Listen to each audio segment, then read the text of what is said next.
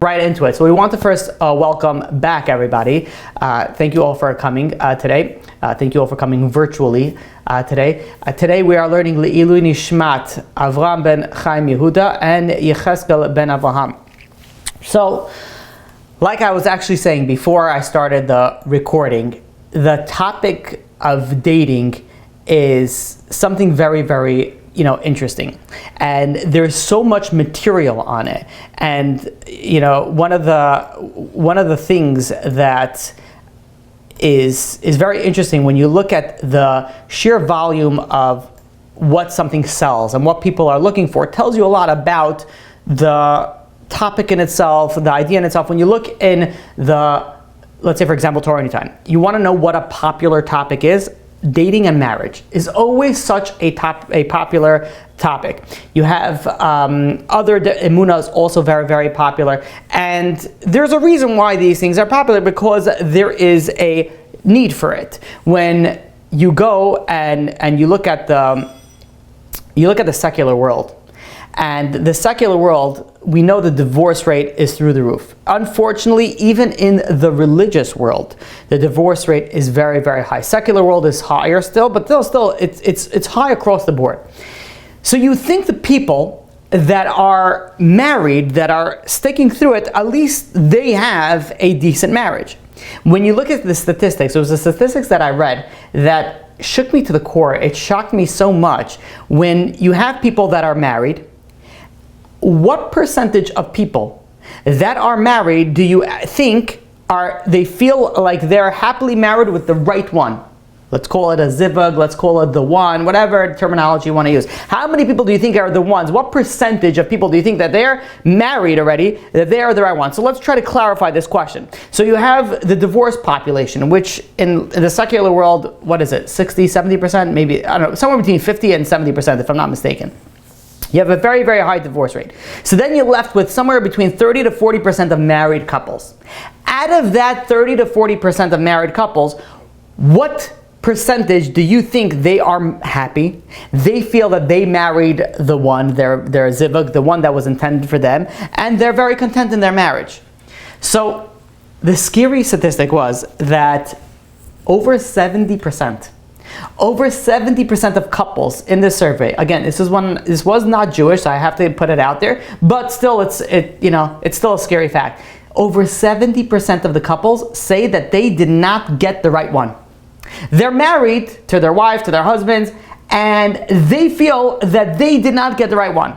I don't know if they're still looking for the right one while they're with the right one. That is a very, very scary number, because if you think about that, there is 100% of people, right? 50% of them already you have that are divorced. Then of the remaining 50, and I'm being very, very liberal with the numbers over here, out of the remaining 50, over 70% of that 50, so you're talking about what? You're talking about 20% of people that are actually got into relationships, or feel less than 20%, feel like they're found the right one. Like what's going on over here? Like that is such a bad statistic. That is such a bad outcome.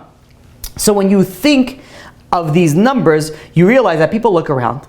People are getting ready to go to get married. People are getting ready to improve their marriage, or thinking about dating, whatever it is that they are in their stage of their life, and they look around and what's going on over here. So it's no wonder that everybody's turning to these types of topics, whether it's dating, whether it's marriage, whether shalom bayis, divorce, all these types of topics become very, very attractive because people feel like they need to learn more. And I can't tell you how important that is. That is so important to go. Before you go and you want to excel in something, you have to learn about something. So like I was saying before I started recording, I believe I was saying this, if I want to teach about a certain topic, I don't just take one sefer and I learn it and then I teach from that.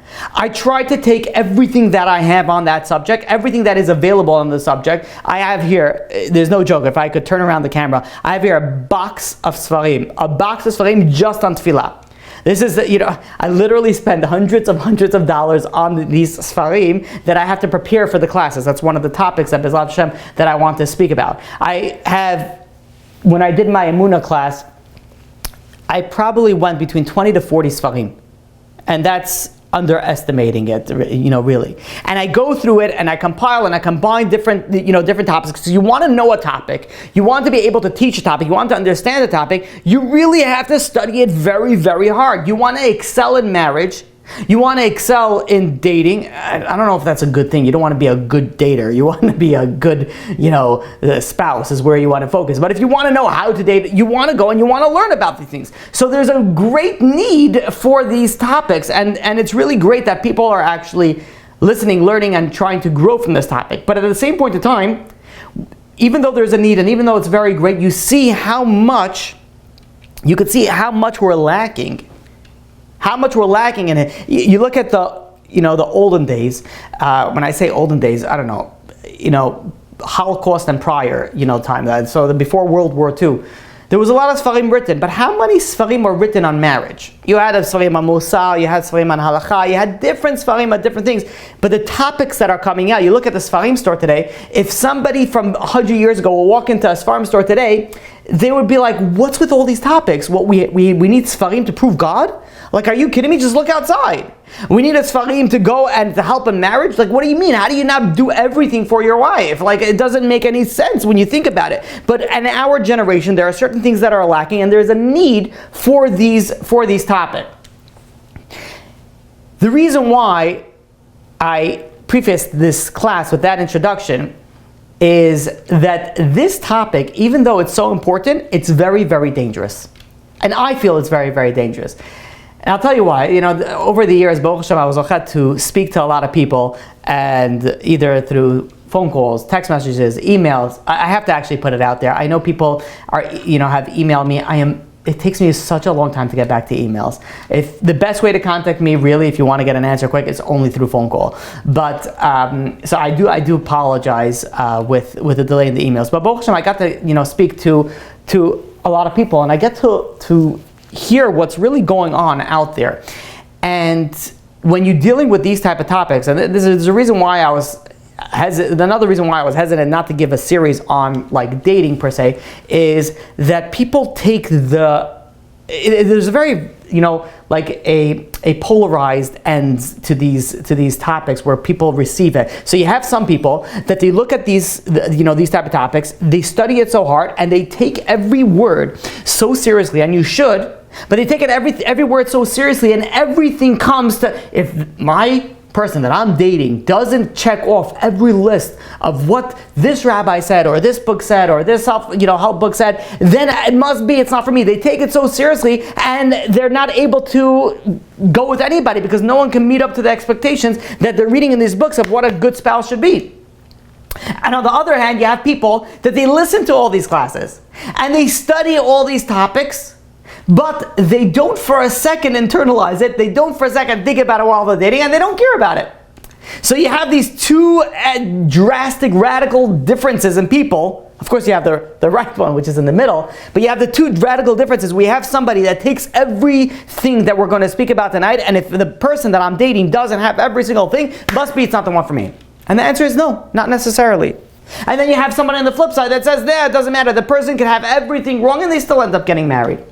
So we have to be somewhere in the middle. We have to know the important questions that we need to ask, the important questions that we need to focus on, but at the same point in time, we have to realize that no one's perfect. No one's going to hit up exactly what you're looking for and what you want.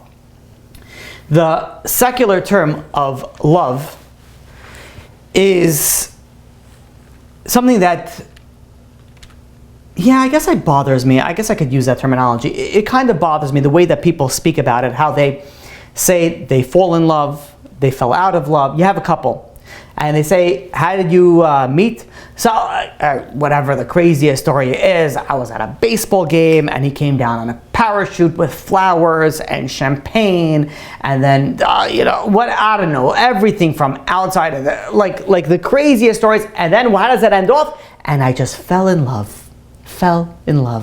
And then you look at that couple 3, 4, or 5 years down the line. What's going on? How come you guys are in therapy? How come you guys are not happy with each other? He says, well, things were going okay, and then we started drifting apart, and then we fell out of love. The secular terminology is falling into love and then falling out of love. The problem that I have with falling. Falling is an accident. That means that you didn't intentionally want to fall in love. You accidentally fell in love. That's not the way that love works according to the Jewish concept. It's not like you accidentally love somebody. You have to work on it.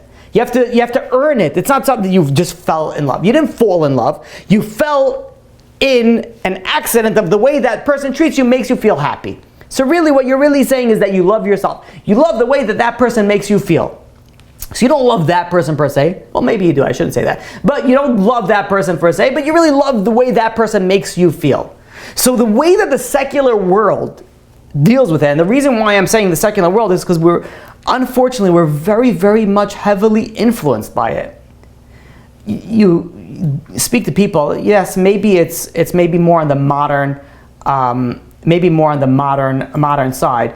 And you have people that they go and they say, I didn't fall in love yet, so I don't love him yet, I don't love her yet, so I can't go and I can't get married. So that the focus is not there. The focus is, the goal is to eventually be in love. Fall in love is a very, very bad terminology.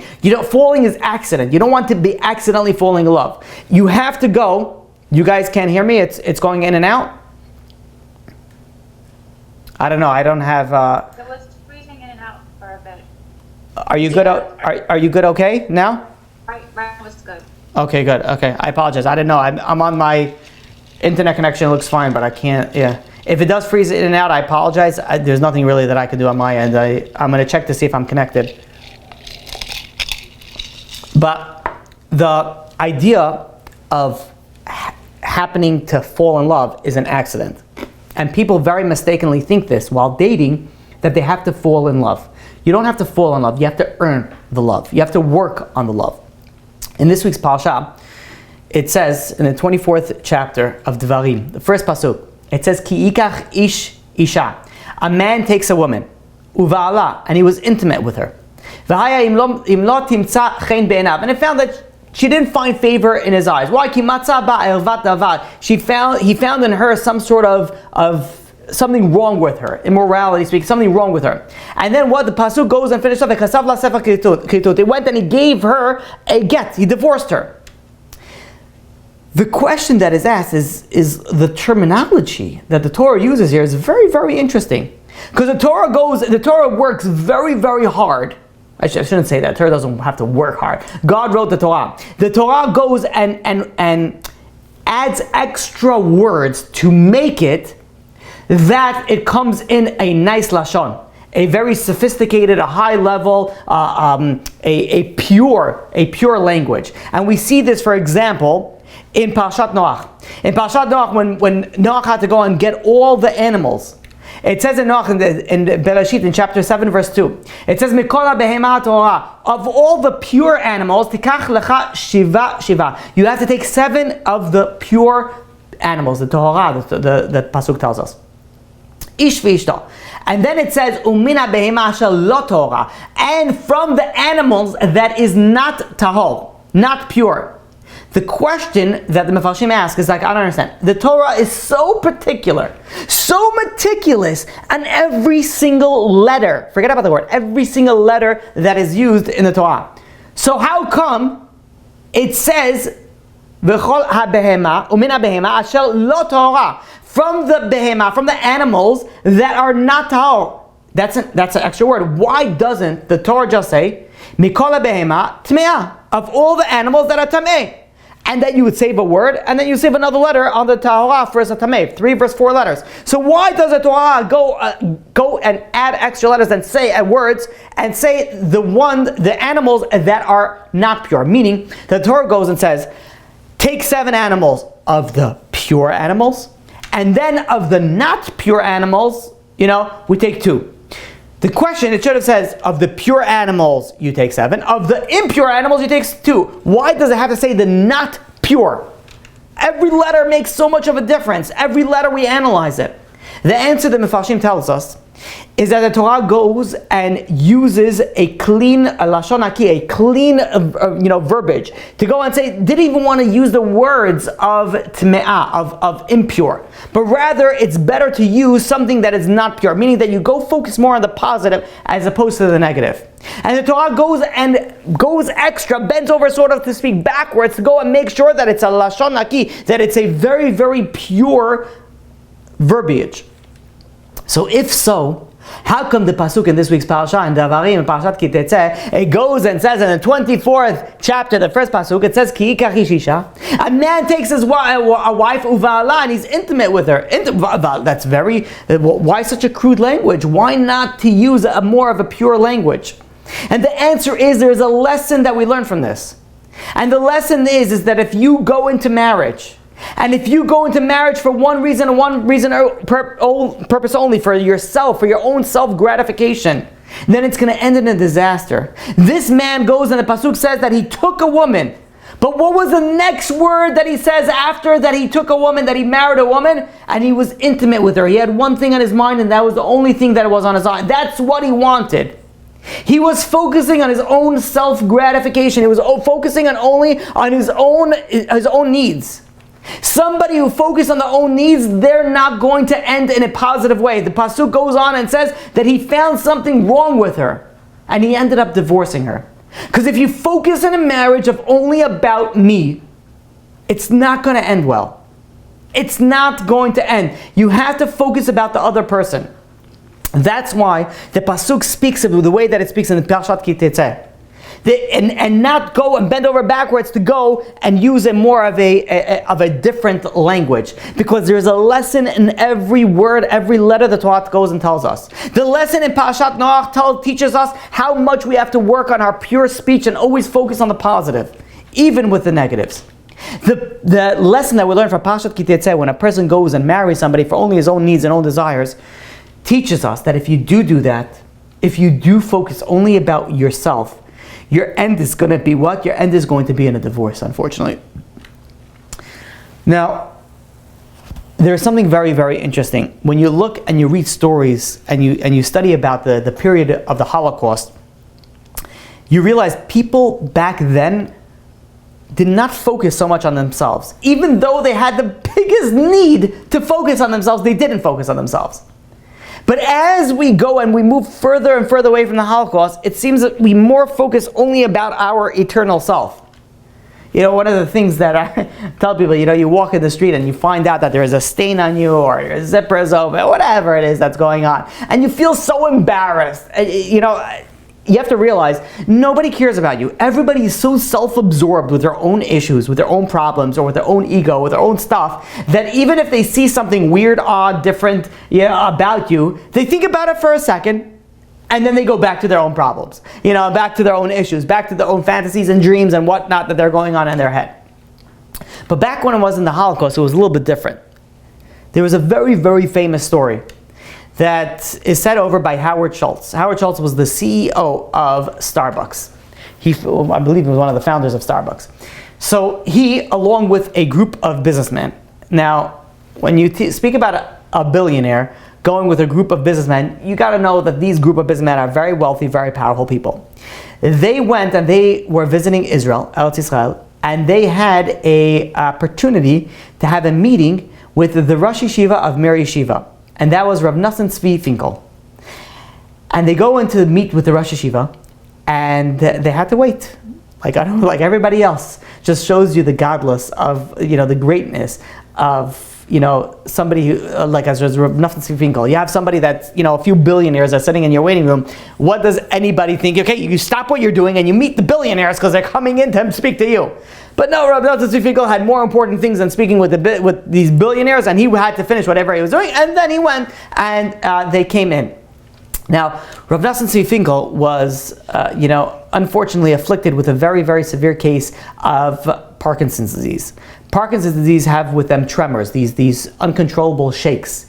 And when these businessmen came and they saw the rabbi, they came into the rabbi's room and they saw him shaking, they felt bad looking at that, at the rabbi. Like obviously there was some sort of, physical, defect going on over there, and they didn't want to look at the rabbi. So they started looking down and avoiding the looking at the rabbi. Rabbi Nosson Finkel got, like up, and he slammed down his fist on the table, and it was a loud bang, and all of them jumped up. And he goes at them and says, "Gentlemen, look at me." And everybody's looking at him. All these billionaires are looking at him. And he goes over to them and he tells them, he says, "What is it that we learned from the Holocaust?" So they initially thought that this was a rhetorical question. The rabbi asked, "Well, okay, fine," waiting for the answer. But he wasn't. He was looking at them. He was waiting for them to answer it. When they weren't answering, he pointed at one guy. He called on a guy and he says, "Tell me, what was the lesson that we learned from the Holocaust?" So the guy was like, "A lesson from the Holocaust? I can tell you about the stock market, the Holocaust." So he's thinking for a second and he says, "You know what we learned? We learned that we will never, ever forget what happened." And Rabbi Tzivika is like, dismisses him. And he looks around the room. And now all the other businessmen realizes that, wait a minute, now the rabbi's going to call of us? What happens when you're in a classroom and a teacher is about to call on you? You avoid eye contact because you think all of a sudden if you don't see them, it's like back when we were little toddlers. If I don't see them, they don't see me somehow. See, they're all avoiding eye contact. And he looks around the room. He calls about another billionaire and he says, "Tell me, what is it that we learned from the Holocaust?" So this person goes and he says, "You want to know what we learned from the Holocaust? We learned that we will never ever again be a victim. We will fight, we'll have an army, we'll have the ability to go and fight back. And it's never going to happen again." And again, Rabbi Nosson Finkel said, "Not the answer that I'm looking for." And he looks around the room and he says, "Gentlemen, you want to know what we learned from the Holocaust?" He says, in the Holocaust, people were transported by the worst possible way. They went and they were in this rail car where they would put cattle inside. There was no even holes windows or places that you would be able to breathe. There was a little crack in the wall. They would take turns taking fresh breaths and then circulating that and making some sort of like hakafot over there that everybody could have some fresh air. Everybody was crammed together for who knows how long. And then they finally got to their destination. And it wasn't the Bahamas. It wasn't Cancun. They went to there and they realized that it's either labor camps, they got to work to death, or they are going to the crematorium, or that it's death camps. They weren't going to anywhere good. And they finally got off these rail cars and they're getting ready to be lined up to be shipped off to wherever they're shipping off to. And the Nazis played this sadistic game. They went and they started splitting the families apart. They're not going to keep the families together. So husbands and wives got split. Daughters got separated from the mothers. Sons got separated from the fathers.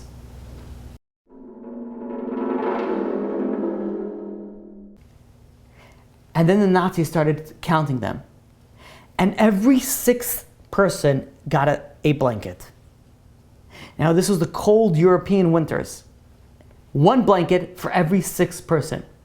Now it was that person's blanket. And that person could decide what he wants to do with that blanket. The question that everyone had was, am I going to take that blanket and keep myself warm? Or am I going to go and share that blanket with 5 other people? Says Rav Nosson Finkel. Says these people had every reason to go and keep the blanket for themselves. They lost their homes. They lost their jobs. They lost their financial standing, whatever it is that they had. They lost their families. They lost their health. They lost their dignity. They had nothing. Zilch, nada. They were gone. You know what they had? They had one blanket. Now they had this one piece of item. This one thing that would keep them warm at night. What are they going to do with that blanket?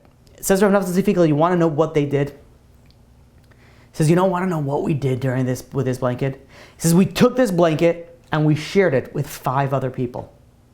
Now he looks at all these wealthy people. And he goes and he tells them each and every single one of you, you are blessed, you got a blanket. God gave you a blanket, God blessed you with panasa, with wealth. The question is, what are you going to do with that?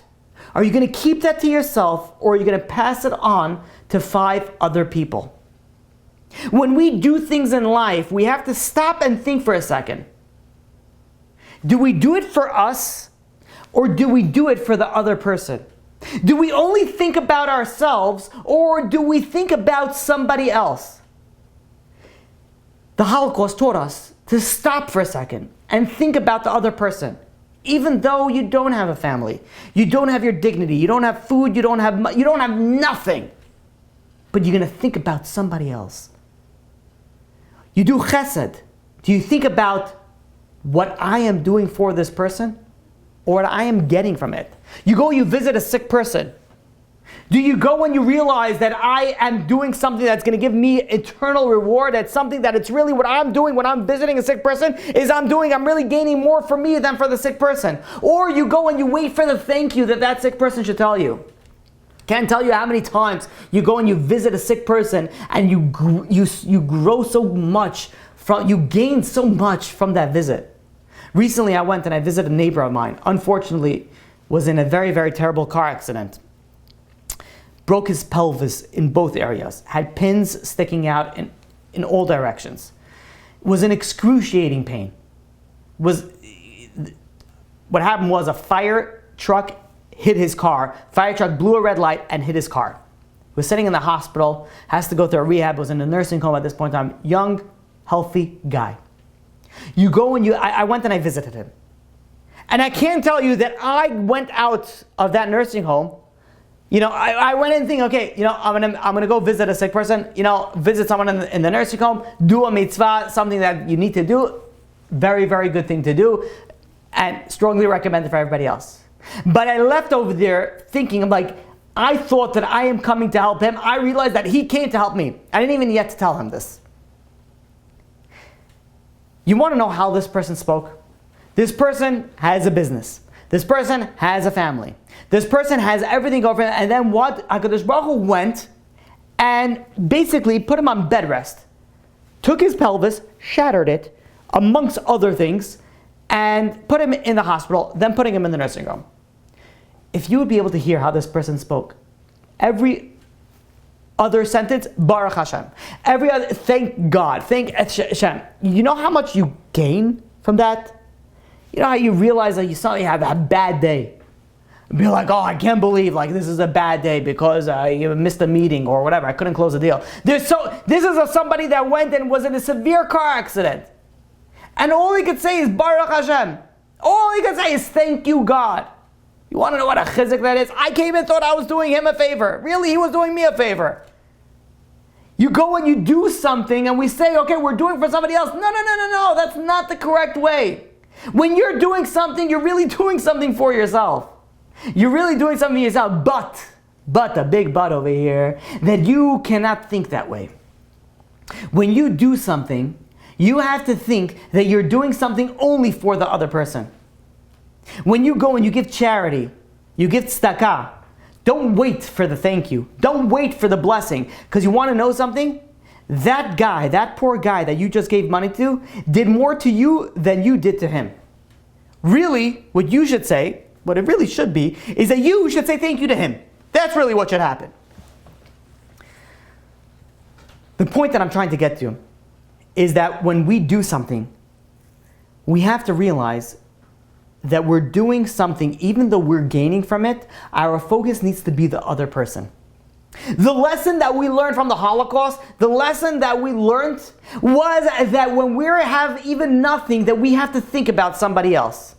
Even when we're doing something for somebody else, we have to think that for that person. When you get into marriage, your focus has two options. Either it's going to be all about me, or it's going to be all about my spouse. It's going to be all about the other person. Nowadays, we're becoming very self-centered.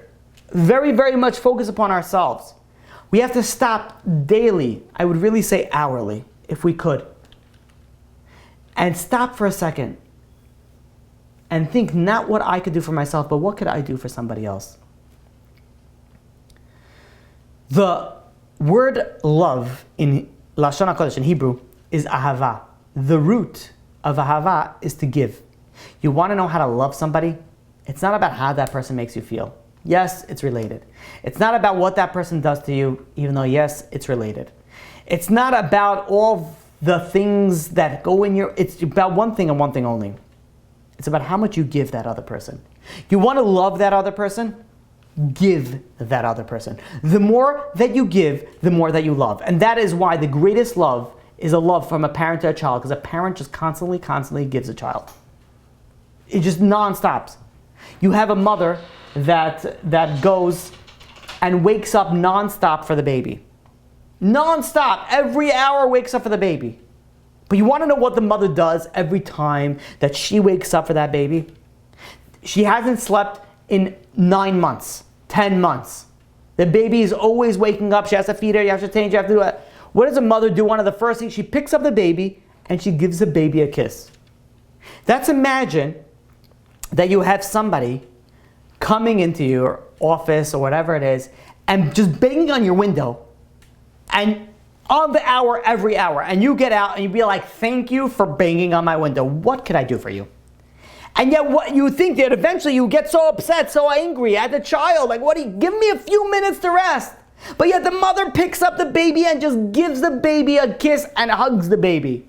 I love you. How could you love her? How could you love this baby? How could you love this baby boy or baby girl? How could you do it non-stop, draining the life out of you? How can you do it? You want to know why? Because you're not stopping to give to the baby. And no matter what, the more that you give, the more that you will love. The focus of marriage is what can I give the other person? And you'll soon see why this is such an important introduction to what we're about to speak at.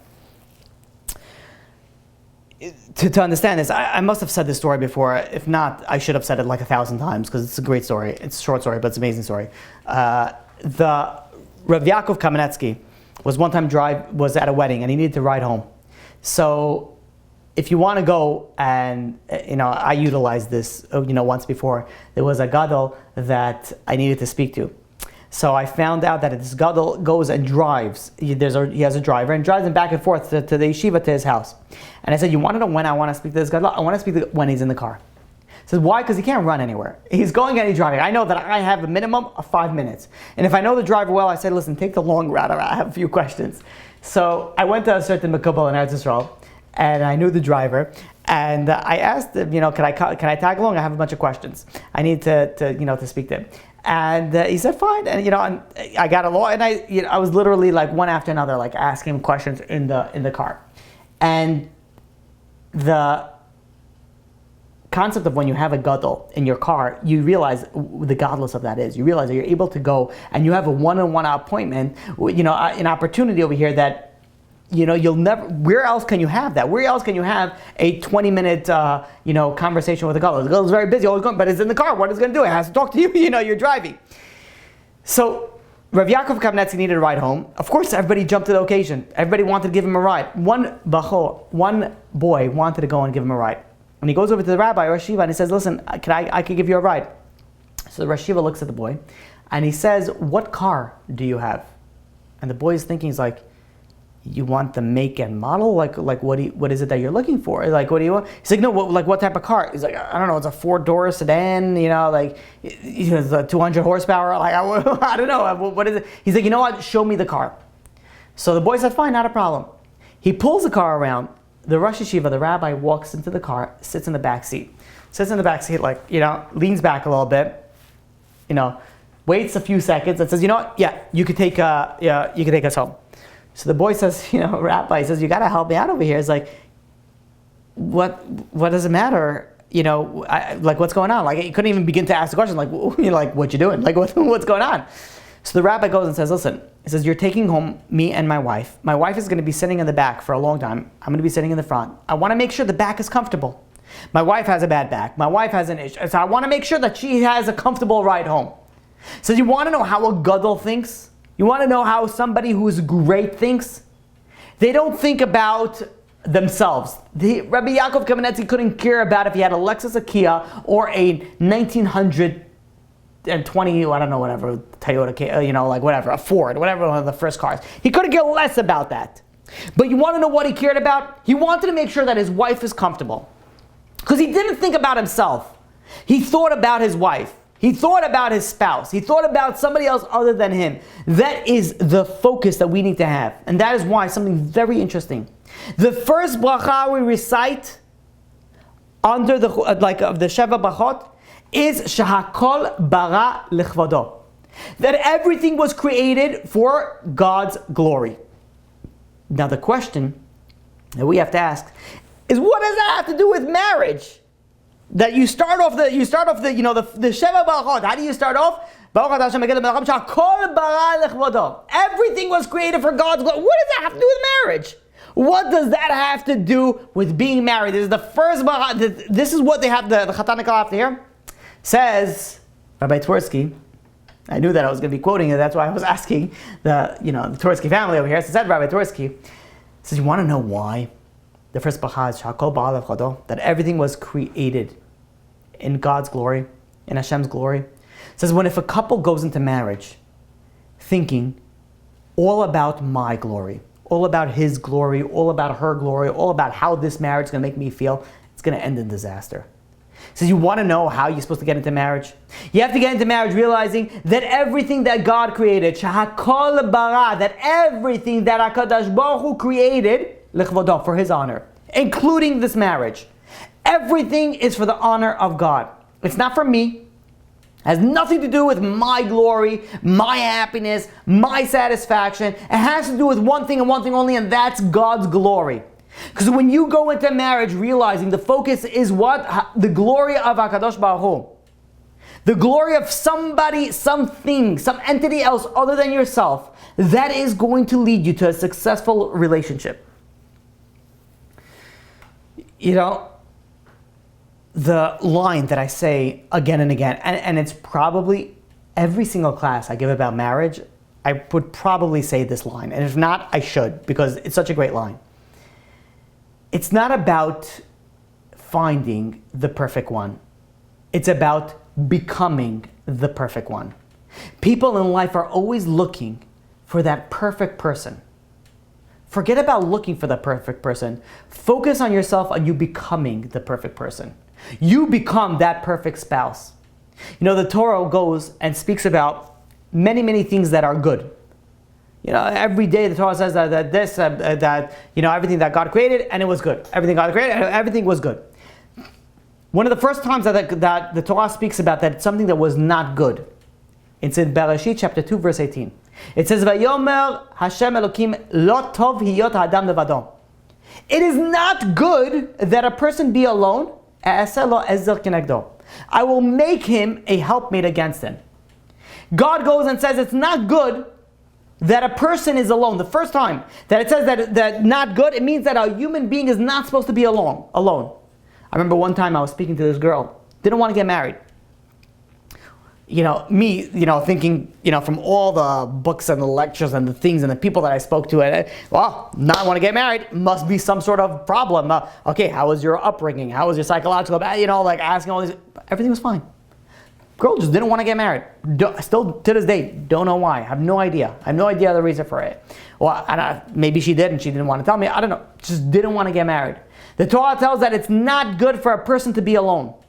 A person has to be with somebody else. And that's why Kadosh Baruch Hu, what did Kadosh Baruch Hu go and say? That I'm going to make for him ezer kenegdo. I'm going to make him a helpmate opposite him. Kenegdo, against him. We think that we want to find that perfect person. Everything on our checklist, got to check. Everything that we have, everything that we want everything to be checked. That's not the focus. The focus is not just what we're checking off. That you think that if on paper everything is good, it must be that everything is good. It's not true. It's not. Ezer kenegdo means that not somebody that matches everything that you wanted. It's somebody against you, so to speak, the literal translation. Meaning that it's not somebody that it's perfect for everything that you wanted. It's somebody that's going to help you grow. Somebody that you could grow a life together. It doesn't have to be perfect on all areas. Now, that was really an introduction.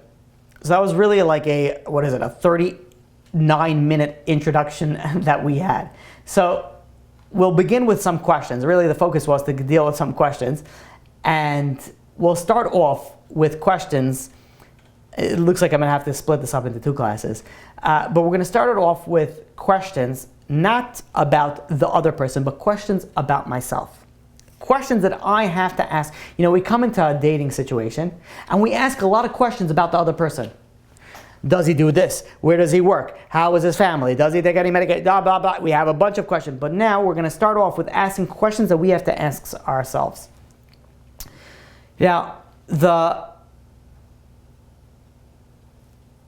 I have to preface this with, even if you're failing in every single question that we're going to be dealing with and we're going to be asking, that doesn't mean that you're not ready for dating. And this is where I started with the introduction, how you have to be so careful and what you're saying and how you're saying it, because people are going to go and be like, okay, I don't have all these jobs. It must be I'm not ready to get married. Must be I'm not ready to date. And that's wrong. That's not the correct way.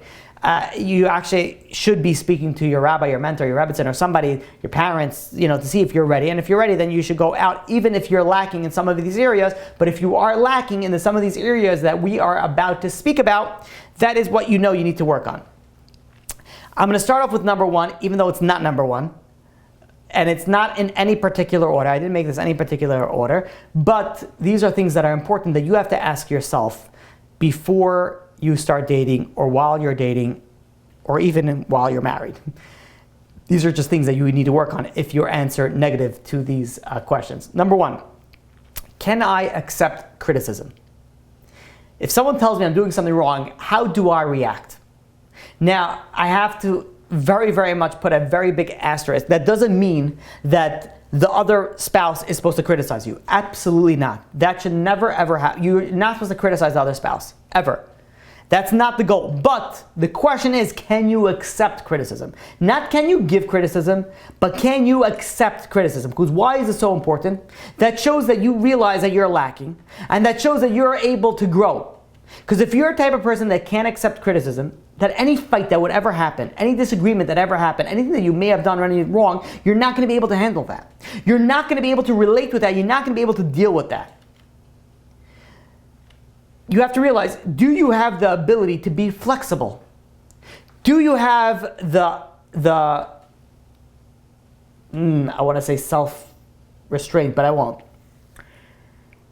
To explain this one is, I've spoken to, this is a long time ago, I believe it was a woman, was dating a guy, and she was saying, the guy had some issues, and she was like, he has to accept me for who I am. I don't ever plan on changing. I don't know why I'm speaking like that, or whatever. I don't ever plan on changing. This is who I am. This is who he has to go and accept me for who I am.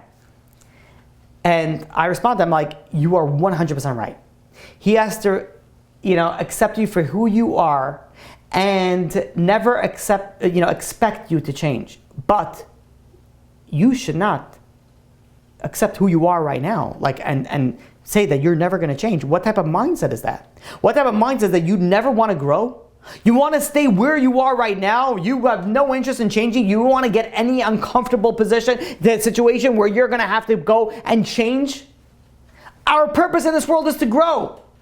Our purpose in this world is to change. Yes, the other spouse should never want you to change, but are you flexible enough that you realize that you have the ability, that need to go and change? Do you have the desire to grow? It's very, very important, and that's why this is important. Am I flexible? It's not, am I flexible in change that I need to make? It's not because that person is going to need to change you, or should change you, or would ever change you. The answer is 100% no. But let's speak about reality. Reality is that, how do you accept criticism? Are you able to grow? Are you flexible? Are you able to change something? Or are you so set in your ways that you're not going to change? One of the reasons, this is my own opinion, I don't know if it's right or wrong, that when I deal with older singles, you would think that as you get older, you would be more flexible, more lenient on what you're looking for, more willing to change, more willing to grow. But I see that the opposite, which is mind-boggling to me.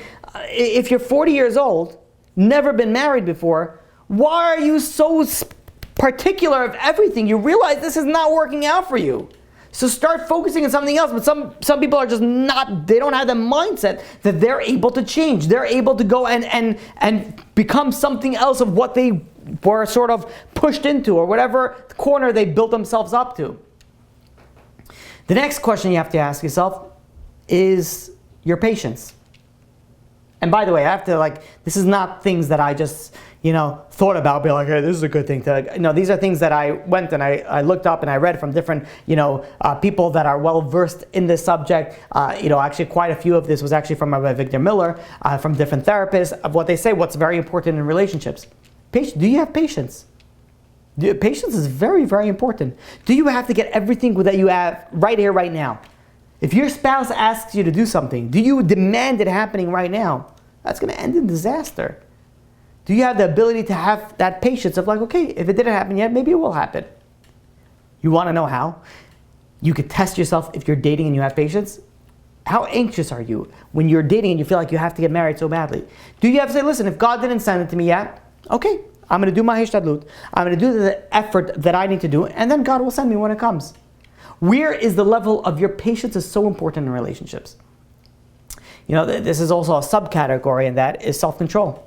Do you have self-control? It's not only self-control where somebody's going to say something and you want to fight, you have such a good comeback back to that person. Even in your desires, do you have self-control? Do you have the ability to hold yourself back and be like, listen, I want something, but I didn't get it yet. You asked your spouse for something and they didn't do it yet. Do you have that self-control to go and say, okay, fine, let me wait? Or do you blow up right away, and which leads us to the next thing, how is your anger? Do you have anger problems? Now again, I have to go and stop these questions right here. Even if you checked, even if everything I just said, you're like, criticism? Oh no, I can't take criticism. I am not flexible. I do not have patience. I do not have self-control. I have major anger issues. Must be I'm not ready to get married. No, I'm not saying that. I'm just saying these are things that you need to work on. Maybe if you have all these issues, yes, you might not be ready to date, but I'm not telling you that. You have to speak to somebody else. What I'm telling you is these are things that you have to focus on. There are certain character traits that are very, very important.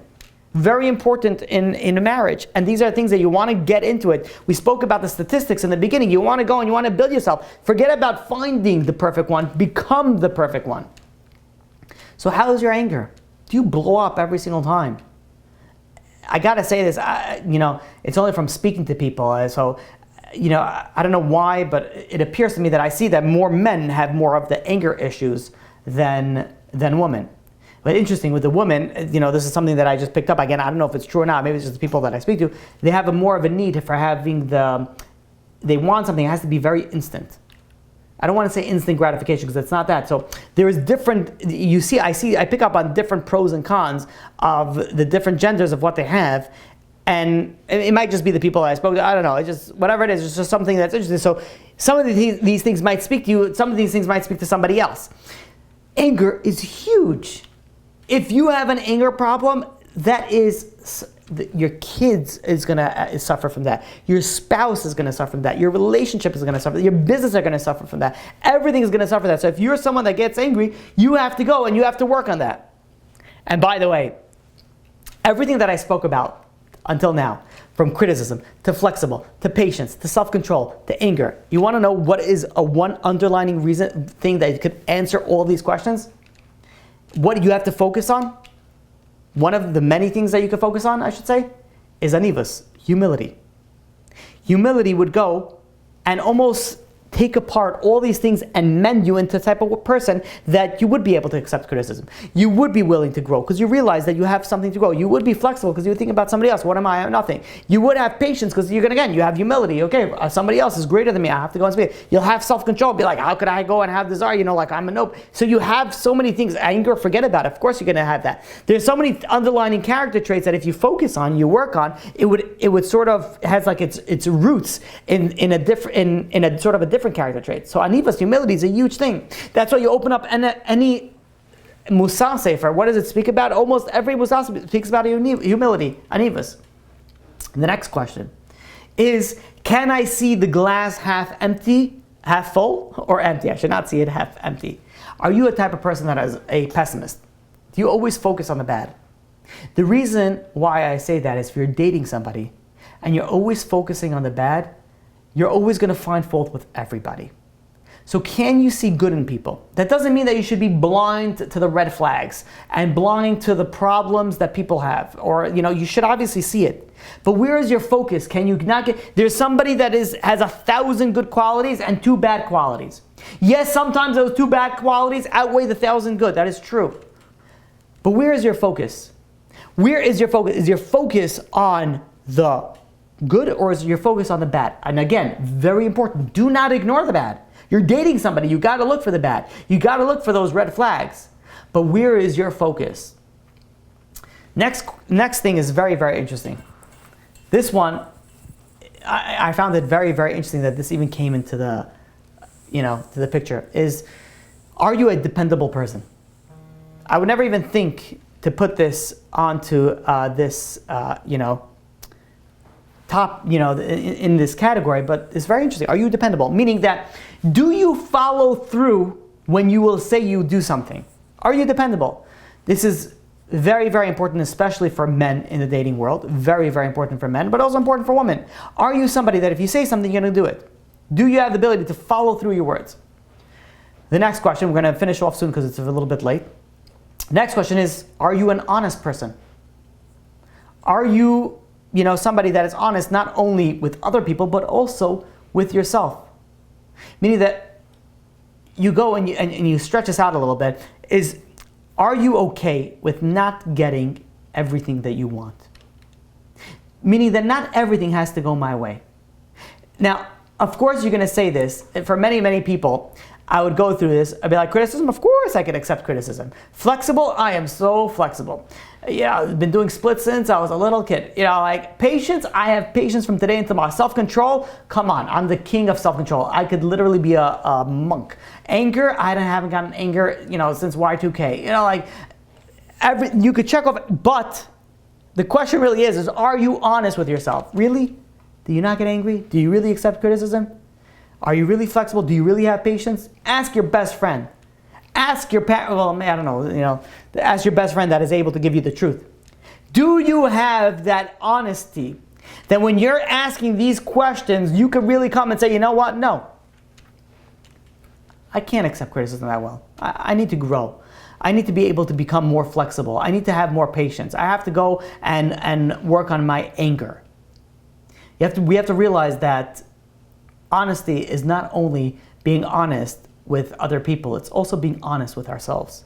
It's also being honest of where we're holding in our life. What type of person are you? You want a perfect spouse? Where are you holding? Are you perfect? Where do you have to grow? Where do you have to fix? And finally, the last one,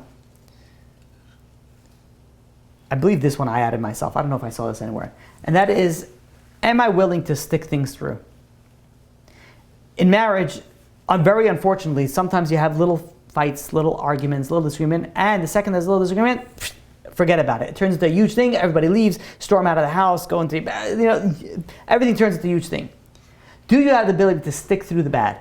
Stick through the good is very easy, but do you have the ability to stick through the bad? You're getting into marriage. Now, of course, there are times where divorce is needed, and divorce is warranted, and is necessary. But, majority of times it's not. Majority of times, do you have the ability to stick it through? You're getting into a marriage, do you have the desire to make these things work? These are the questions that you should ask yourself before you start dating, while you're dating, or even after you're dating and you're married. And if you fall, in the negative in any of these are things that you have to start focusing on. And the truth is there's more. There's a lot more to this, but it seems like we're going to have to split this class into two. Because there's quite more to speak about, and I thought I'll do this in one class. But B'ezrat Hashem, I guess we'll speak about this next week, and continue on this topic. With that, we'll open to questions. So we have the first question is, how does one practically work on humility? So the first thing that I would say that a person should work on humility is by learning Musar Sfarim. Musar is very, very important, and focus on humility. And take those things that you learn and bring it into, your reality, and take it into actuality, really do it. One of the series that I do want to do down the line, B'ezrat Hashem, with God's help, only with God's help, is that I want to do a series on character traits. So that is something that I do, B'ezrat Hashem, want to speak out eventually, and that's something down the line. But the first, they tell you, open up Musar Sfarim and start working and reading and learning about humility and how to grow in it. Okay, next question. I strongly believe in committing to someone and putting as much effort needed to make a marriage thrive. Excellent. What do you suggest I look for in a dating a partner to recognize if he has the same deep feelings? Even if he says it, he might not firmly believe it or try his best. So that's very good. That's very true. So it actually happens to be that next week, I thought I would get to both of them. So what we spoke about now is questions I would ask myself. Next week is questions that I would have to look at the other person and see where the other person is holding. So this is a type of question that, how do I know where the other person is, if the other person has that strong conviction to make these things work? And the answer is, it's very, very hard to ever tell you that this will, that he believes that, and he could say that. How many people go and say, I'm never going to go to sleep angry. I'm never going to go to sleep, how much does that actually work out? You say it. There's a lot of things that you say. It's very hard to judge the sincerity of this topic, that how much a person would be willing to make it work. You want to hear something very interesting, is that the people that I feel when I speak to them, the people that really want to make the marriage work, that I feel the strongest, are the children of divorce. The children that have been through bad relationships. They say, I don't want that. I want to make sure that it works. Now, I'm not saying look for somebody from a divorced, family. But that's something that did stick out to me. That you have those type of people that really they want to make it work. So you have to go and try to feel out the person. And maybe we could speak about this a little bit more in depth in the next class, B'ezrat Hashem, on what I need to look for in my spouse, and how do I know that they have the ability to really stick it through. It's not an easy question. It's really learning about the character trait and building through it, and you're not going to get that until after you're married. The minimum that you could do is at least ask them and make sure that they are willing to go through with it, and really, really, make it work. Okay. I thought there'd be more questions. All right, looks like that is the final question. All right. Thank you all for joining. Thank you all for coming. I really thought I would be able to do this in one class, and I did not even think that, we would have. Okay, we'll split it up into two. But I don't plan on making another class after this on dating for on this, in the next, at least few weeks, I guess what to say. So if there's something that you want me to speak about, and there's something that you want me to do, you could call me, text messages to me, and I can add it into the curriculum for next week's class to really address it. Because usually we have a series, and people have 20, 30, 40 classes to be able to ask a question, so they could definitely, bring it up later. But now, B'ezrat Hashem, I'll do one more class on this, and then we'll take a little bit of a break on this subject. So, yes. Okay, so there's another question. Okay. Why is it bad to rebuke your spouse if you really care about them and you can do it in a respectful manner? You know what? We're going to speak about, I have a lot to speak about this. I really have a lot to speak about this. Yes, spiritually, there is a lot that I have to speak about it. We're going to save this for next week, because there's a lot, because the next week is going to be about the other person. So I'm going to put it on the list to speak about for next week. I hear your question, and I agree with your question. But we will we'll speak about that, B'ezrat Hashem, next week. And if you still have any other question, please. I know you messaged me privately, so you know who you are. Text message me, or you can call me after we close the class, and we could speak if you still need it. Any other? Yes. I want to know your opinion on something, but first, the Dr. Tversky computer person, could you check your chat? I sent you something. I've noticed, I'm 53, and I've noticed people I know after 25, 30 years get a divorce because they just grow in different directions. Like when they were 19, 20, 21, one felt that they needed some guidance and the other one guided them. And then over time, that person started to resent the person that was guiding them, or the stronger person, because they grew up. They grew out of who they were as a younger person. And at 40, 45, 50, they changed. They just grew in different directions. Yeah. That's well, we're going to be speaking about that, B'ezras Hashem, about next week regarding the growth. You're talking about spiritually or just in general? Just in general, just like, at 19, she needed somebody who was stronger and that would, keep her guided and going in a direction. And then he was kind of, used to guiding her and being the stronger person. Well, at 40, she was like, I got this, I don't need somebody breathing down my neck and, guiding me every second on what to do during the day. And people just, they grow like that. They grow in different directions. Sometimes the roles change as people get older. I'm actually writing this down. You're very right on it. And that is a fault in each other. They're supposed to go and they need to go and really need to focus on their relationship and how they work on it. So it's something that we'll speak about. I'm happy that you brought that up. I actually wrote it down. I'm going to speak about it B'ezras Hashem, next week, because that's a very, very good point. People do grow apart, but and sometimes it's true. Sometimes it's beyond the ability of like the relationship, but many times it's the way that the relationship was built up, and they should have been growing together, and they didn't for whatever reason. So maybe we'll speak about that next week. Thank you, Shira, for bringing that up. Yes. Somebody wanted my contact, so I'm going to put my number on. Oh, nope, I'm sorry, I put it at there. I accidentally put it just to one person. Hold on 1 second. Let me put that back. Okay.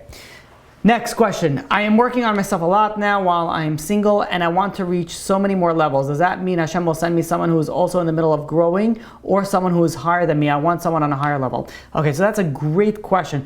You're growing, which is excellent, which is great, and you should be growing, and the focus is to grow. The very important concept is not to wait until you get to the level that you want to get, because our whole life we spend growing.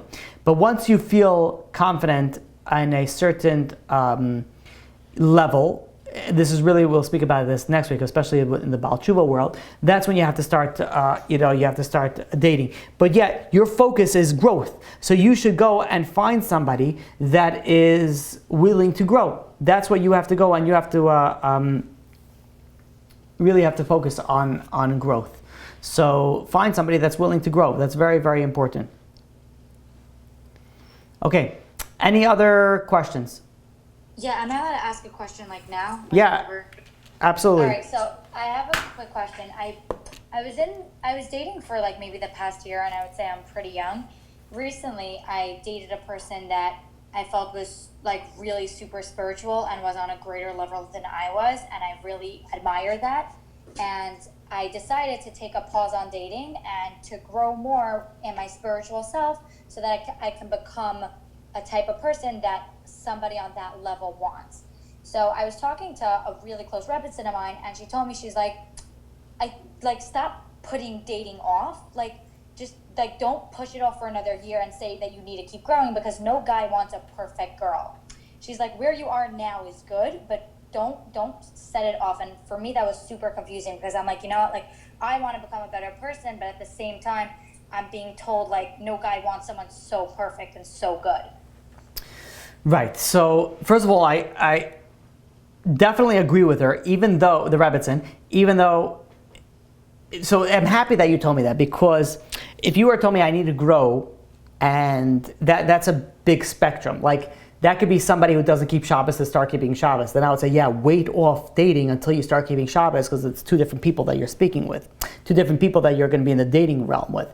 But if you are a good from person and you want to become a better from person, like to a higher level, I wouldn't necessarily say to stop growing. You should always focus on growing. But if you know that you need to grow on X, Y, and Z, then if you begin your journey, so let's say you want to grow in like your tefillah, your tznius, and let's put something else over there. And you what? In your lashon, Okay, in the way that you speak. So those are three things that is great. That means that you're starting to grow tonight. You're starting to grow in your tefillah, your tznius, and your lashon, and the way that you interact. So these three things already now you started working on them. That doesn't mean that you have to be like, okay, let me wait for somebody. No, right now you already started working on them. That this is where you're holding. Meaning beforehand, the way that people think is that I have to wait till I get to the level that I want to get to, and then I'll feel comfortable. Not necessarily. The second that you have a projection, the second that you are like, okay, this is where I want to grow, you're already like 20 steps ahead of where you are yesterday. You're already on the path. So that is already something that you could say, okay, listen, I'm not there yet, but I know I want to get there. I am motivated, the type of person that I'm motivated, I'm going to be able to get there. So I want to find a guy who has the qualities of X, Y, and Z as well. I wouldn't necessarily say to put a pause on dating for that if that's where you are. It really depends on what is the area that you want to grow. And I really shouldn't have said tznius, because that is a big area. If somebody's, not to get into a whole wormhole in it, but the reason why I say it, that I shouldn't have said tznius, is that most women want to grow in tznius. But most women want to grow in tznius for the past 75 years of their life. And it changed it's a very, very hard test. And so that might be okay, like I have to and it really depends. So if you have somebody that's wearing pants and be like, eventually I want to wear a skirt, or somebody's wearing a skirt and eventually I want to wear a skirt below the knee, or I'm wearing a skirt below the knee, but I eventually want to wear tights, or I'm wearing tights, I want to wear, everything. So it depends on where you're holding and where you actually see yourself happening. There's growth, and then there is the desire for that to happen. So if let's say somebody goes and decides, you know what, I want to go and I want to beat tznius. So then they will throw out all their pants, all their not tznius clothing, and the next day they're tznius. So they're already there. They might have temptations, they might have desires, they might slip a little bit here and there, but overall, they went from here all the way up to here. They really, really jumped up. But then you have somebody that says, okay, I want to work on my tznius. Okay, so I'm going to read some books, listen to some lectures, and maybe I'll thinking about throwing away my not tznius clothing. So there's different really levels on it. But if you're somebody who is serious about growth and you took actions of that growth, then you're consider yourself more than halfway there. And you shouldn't stop. You should continue with the dating. Thank you so much. I really appreciate it. Of course. Okay, next question we have here. So let's say you have reached the level that you wanted to reach, dated, etc., and you still haven't found your spouse. What should be the next plan of action? So Rabbi Victor Miller goes and says, people go and they ask him for a skula to get married. He says, everyone's looking for the skula to get. So you want to know a skula to get married? He says the best skula to get married is daven. Daven and daven. And don't daven when you're already older. Obviously, if you're already older, you daven. You start davening when you're younger and you want to get married. That's when you start davening and davening and davening and davening. You want to know what you should do. The next plan of action is daven. But if you're dating and you haven't found your spouse yet and you've been dating for a while, this is very important. You've been dating for a while, then I would definitely say to speak to somebody, because it could be that you're picky on certain items. And we're going to be speaking about B'ezrat Hashem next week on different things that our people are picky on. So it's very possible that is a issue that needs to be dealt with. You have dating coaches, you have rabbis, rebbitzins that go, and you could definitely speak to somebody. If you've been dating for a while and you're still not married, definitely reach out and have that humility to be willing to be flexible and change and willing to grow. Very, very, very important for somebody who is very particular in certain matters and they're willing to, be more flexible and grow and less picky, to make things more blunt. Okay, next question. This may be another question for next week. What is the ratio or perspective to looking for qualities in someone else? In regards to his interest in his own personal growth, his interest in doing Hashem's will, midos, capabilities of raising family, doing chesed, there's so many important things to look for. So that threw me off. What do you mean by ratio? But yes, this is definitely a question for next week.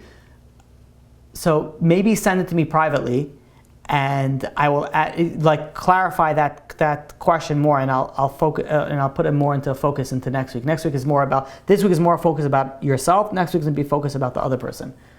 So we will probably speak about that, but I need clarification on that to add it to next week's information. Any other questions? Oh, we have one more. I heard that if someone has been dating for a while and hasn't found a spouse yet, they have some type of character trait that's blocking them from finding their zivug. Is this true? Not necessarily. Not necessarily. If someone's been dating and they couldn't find them, it could be. I mean, it's very likely what you're saying, yes, that it's a character trait, but it's not always. Sometimes people are doing everything right and it's just not the time. HaKadosh Baruch Hu, decided that it's not yet time for them to get married. So it's not necessarily that they have something that's wrong with them. A lot of times, yes, they have to, be more lenient on certain things. And there was a certain Rav that asked a certain person, like, how many people you dated? And this person said like 100. It's like 100. He says, if I would have dated 100 girls, I could have found at least 70 of them that were worthy of getting married. So like, what can't you find so many? So many times it's our own fault in ourselves, but not necessarily. Sometimes it's just, things that have just been way off, and HaKadosh Baruch Hu didn't want you to get married yet. So it really depends on case by case, but definitely somebody that's been dating for a while and needs to speak to somebody and say, listen, and be willing to say, listen, maybe I'm being too picky. Maybe I'm doing something wrong. Can you please guide me, help me, change me? I don't know, that's a dangerous word. Somebody would say that. Okay, looks like that was the last question. So with that, we will end off. And I will say that anybody that does want me to speak about anything in particular, please send to me as soon as possible so I could add it on to the next week's class and topic. You could the best thing is to text to me, or you could technically email to me. I'll try to look at the emails this coming up week, even though I'm bad. So you could email me or text me. I'm bleeding out there. I will try to add it onto next week's class. Thank you all for joining. Thank you all for coming, and have an amazing, amazing Shabbat, week, year, and marriage. End off with that. That is a topic after all. All right, all. Have a great, great night.